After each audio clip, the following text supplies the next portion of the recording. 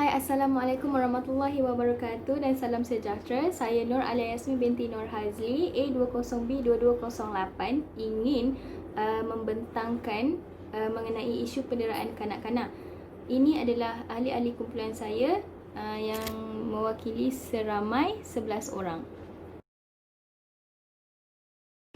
Penderaan dan pengabaian kanak-kanak didefinisikan sebagai tingkah laku sosial yang tidak mematuhi norma-norma masyarakat atau tingkah laku devian. Ini juga merupakan satu kemelut yang rumit dan kompleks untuk didiagnosis. Statistik juga menunjukkan bahawa isu penderaan kanak-kanak ini semakin meningkat dari tahun ke tahun. Contohnya, ibu bapa berjaga berperanan untuk memastikan penjagaan kanak-kanak sentiasa berada dalam keadaan selamat tanpa perlakuan kekerasan yang melampaui batas. Seterusnya, saya akan menceritakan sedikit tentang falsafah pendidikan kebangsaan. Yang pertama adalah tanggungjawab dan amanah yang diberikan kepada manusia. Kita hendaklah bertanggungjawab dalam memastikan keselamatan kanak-kanak sentiasa terjaga. Yang kedua adalah menjaga dan mendidik seorang anak dengan penuh kasih sayang. Kita hendaklah mendidik mereka untuk menjadi orang yang lebih berguna. Seterusnya adalah anak-anak yang dianugerahkan oleh Tuhan merupakan satu tanggungjawab dan amanah yang paling penting dalam memastikan kita untuk menyayangi mereka. Seterusnya adalah aspek rohani, di mana semua agama dan semua kaum dituntut untuk menjaga mereka dan beri kasih sayang kepada mereka tanpa berlakuan kasar dan melampaui batas. Seterusnya, saya akan membentangkan berkaitan dengan teori, iaitu jasmani, emosi, rohani dan intelek. Yang pertama adalah jasmani, di mana melahirkan manusia yang pintar mengenai sesuatu yang mendalam dan dengan pengetahuan yang luas. Yang kedua adalah emosi.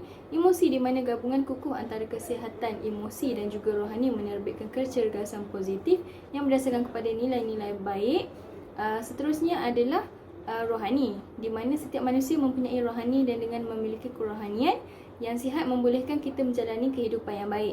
Dan yang terakhir adalah intelek, di mana membina ilmu dan minda ke arah pemikiran yang lebih luas.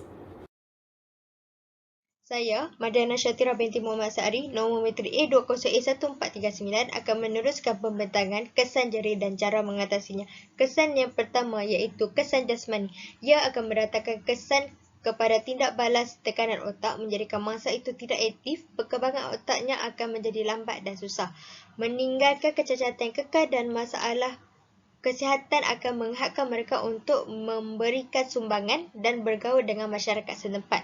Cara mengatasinya, mengadakan kempen keluarga bahagia. Semua pihak boleh mengadakan aktiviti seperti aktiviti bersukan yang mampu mengajar ibu bapa mengamalkan gaya hidup sihat. Dari segi emosi, kanak-kanak akan mengalami perasaan hidup ketakutan mengenalkan perkara-perkara yang terjadi terhadapnya. Mangsa juga akan mengalami perasaan emosi yang tidak normal, di mana mereka akan mengalami kemurungan dan menjauhkan diri daripada bergaul dengan orang sekeliling. Cara mengatasinya, ibu bapa perlu bersikap bertoleransi dengan baik serta menjaga adab sopan dari segi percakapan. Ibu bapa juga perlu membuang sikap mementingkan diri sehingga mengabaikan emosi kanak-kanak. Kesan seterusnya iaitu kesan rohani. Kanak-kanak akan kehilangan kesedaran nilai-nilai agama di dalam diri. Sebagai contoh, pendera itu akan melakukan sesuatu tanpa memikirkan keburukan yang akan berlaku seperti mengurung kanak-kanak. Cara mengatasinya, masyarakat perlu peka dengan keadaan sekeliling. Masyarakat perlulah menerapkan nilai-nilai murni dalam kehidupan seharian mereka serta mengamalkan amalan gaya hidup sihat. Kesan terakhir iaitu kesan intelek. Pemikiran kanak-kanak menjadi tidak sihat dan sukar untuk menyesuaikan diri dengan persekitaran. Minda kanak-kanak yang menjadi mangsa penderaan itu turut terjejas sehingga mereka tidak mampu berfikir secara rasional. Cara mengatasinya, kesedaran ibu bapa amat penting untuk menghindari daripada berlakunya penderaan kanak-kanak. Pihak-pihak berwajib digalakkan untuk mengadakan kelas-kelas bimbingan bagi memberikan pendidikan keibubapaan kepada setiap pasangan yang akan mendirikan rumah tangga. Kesimpulannya, semua pihak hendaklah memainkan peranan untuk menangani isu penderaan kanak-kanak di Malaysia. Sekian, terima kasih.